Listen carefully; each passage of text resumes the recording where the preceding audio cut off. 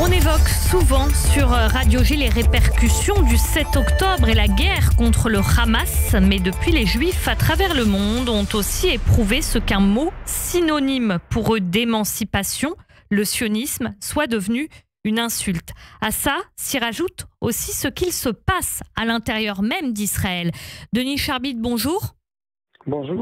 Vous êtes professeur en sciences politiques à l'Université ouverte d'Israël. Merci d'être avec nous en direct sur Radio J. Denis Charbit, toutes les semaines, lorsqu'on voit les manifestations d'opposition au gouvernement ou même des manifestations en faveur des otages, c'est une véritable marée de drapeaux israéliens. Pourquoi, pour ces manifestants, est-ce important chaque semaine ou à chaque manifestation de brandir ces drapeaux israéliens? Alors d'abord, ça remonte déjà au début de l'année 2023. Vous vous en souvenez sans doute, Eva, lorsqu'il y a eu, à la suite de l'annonce par le ministre de la Justice, Yariv Levin, d'une grande réforme de la justice qui visait à restreindre les prérogatives de la Cour suprême, eh bien, les manifestants se sont rassemblés toutes les semaines entre janvier et septembre 2023.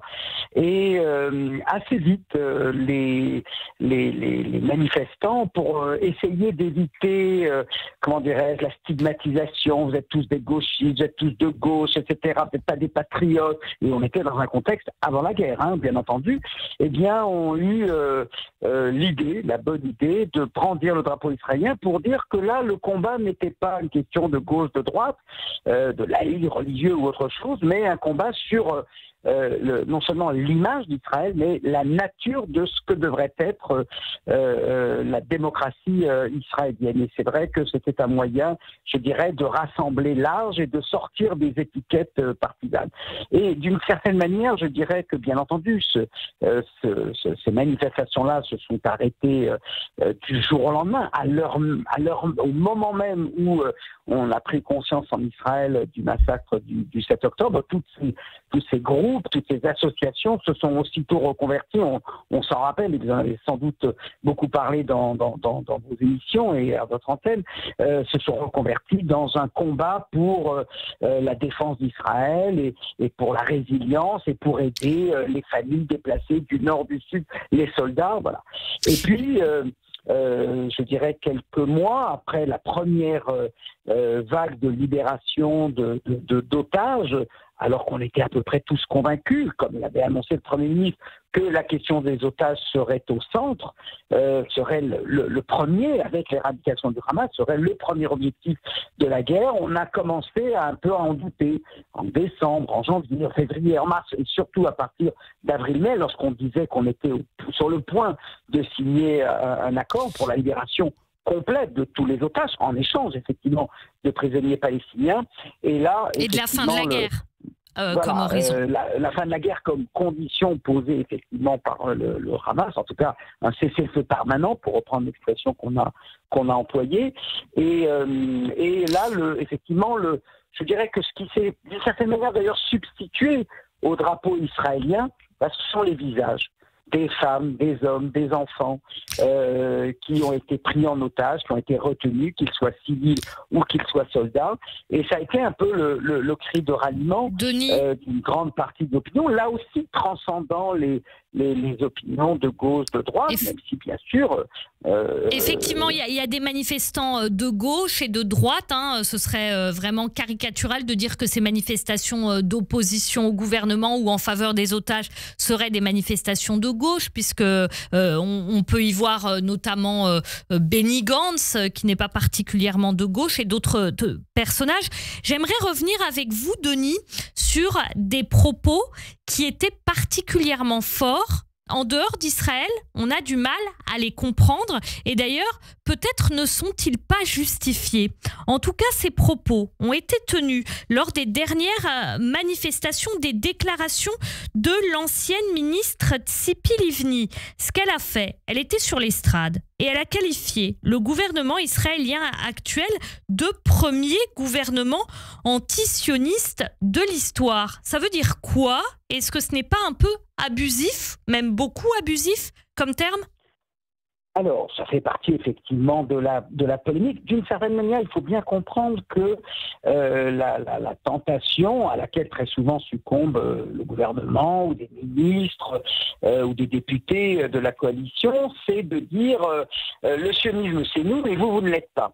Et donc, d'une certaine manière, le propos de Tzipi Livni consiste à riposter, à renverser en quelque sorte la vapeur en disant non, c'est vous qui êtes le gouvernement antisioniste. Alors, bien entendu qu'il n'y a pas ici de vérité, il n'y a pas d'erreur ou de vérité. On est dans l'opinion, on est dans la passion politique, dans la passion idéologique. Qu'est-ce qu'elle veut dire par là? Ça, au moins, on peut l'expliquer, même si on ne partage pas cette idée de qualifier ainsi le gouvernement israélien. Eh bien, ce que veut dire Tzipi Livni, c'est que, alors au-delà de la guerre et au-delà de la négociation sur le retour des otages, c'est que le plan du gouvernement, même s'il reste un petit peu vague, même s'il reste un peu flou, ça fait partie d'ailleurs, je dirais, des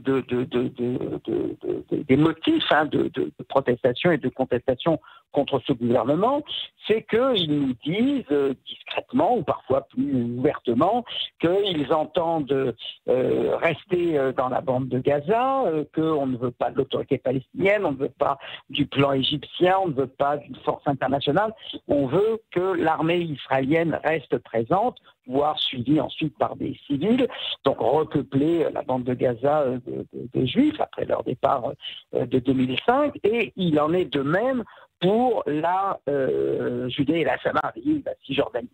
Et ce que dit Tzipi Livni lorsqu'elle déclare ce gouvernement antisioniste, elle dit ça veut dire que on entend qu'Israël reste, exerce son autorité, soit civile, soit militaire, sur un ensemble de populations qui comporte 7 millions de Juifs et 7 millions d'Arabes.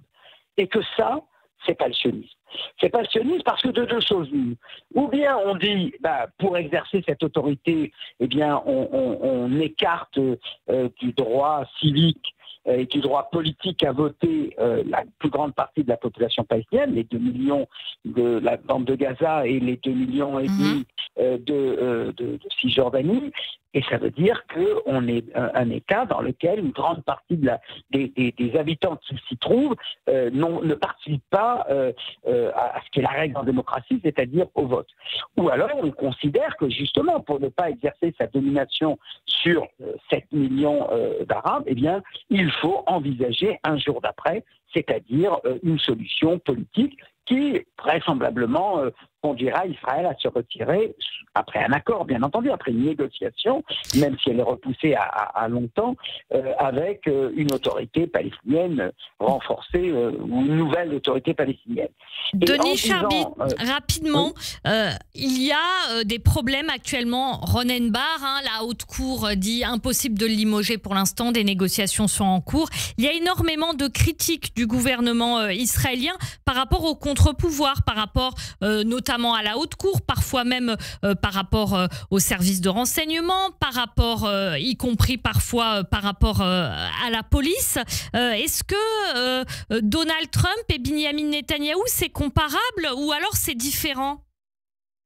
Non, je pense que ça fait partie de la même vague illibérale qui gagne une partie de l'Europe. On le voit avec Orban où Netanyahou était ravi de se rendre. Puis des États-Unis depuis l'élection de Donald Trump, je crois qu'il y a une vraie convergence idéologique. Je ne crois pas que ce soit uniquement ils nous soutiennent, donc on faute d'autres alliés. Et pourquoi vous ne croyez pas, Denis ? Comment ? Pourquoi vous ne croyez pas ?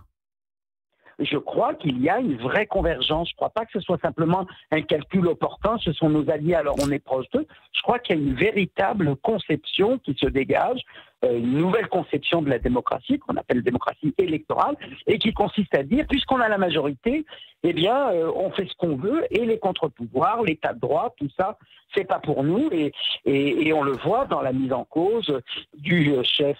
Quelles conséquences, Denis ? Alors, pour moi, les conséquences, c'est que cet équilibre, qu'il a toujours été très difficile, il faut bien le reconnaître, de maintenir entre État juif et État démocratique, cet équilibre, eh bien, on voit bien que cette nouvelle coalition, pour elle, l'un est clairement subordonné à l'autre. Je n'irai pas jusqu'à dire qu'ils veulent abolir la démocratie. Non, ils ne le disent pas, ils ne le prétendent pas, mais on voit très clairement que la démocratie au sens de contre-pouvoir doit être subordonnée à la notion d'État juif, c'est-à-dire à une notion où... C'est pas l'essence du sionisme d'être un État juif ? Je crois que le sens du sionisme, c'était d'être un État juif et démocratique. Je ne crois pas qu'on n'a jamais eu de discussion au sein du sionisme sur un autre régime qu'un régime démocratique. C'est-à-dire qu'il n'y a pas d'État juif s'il n'est pas démocratique, et il n'y a pas d'État démocratique s'il n'est pas un État juif. Israël n'est plus une démocratie ? Elle reste une démocratie parce que personne ne déclare encore qu'il veut se passer du suffrage universel, mais réduire la démocratie à la seule conception du suffrage universel, depuis 1945, c'est une conviction qui n'est plus partagée, c'est-à-dire qu'on a toujours considéré que démocratie et libéralisme politique allaient de pair. Eh bien, on a aujourd'hui des forces importantes, on le disait en Hongrie, en Argentine, aux États-Unis et en Israël, pour lesquels la démocratie, c'est uniquement le droit de vote. Merci beaucoup, Denis Charbit. Merci d'avoir été avec nous en direct sur Radio J. Denis Charbit, professeur en sciences politiques à l'Open Université d'Israël. Merci beaucoup, bonne journée.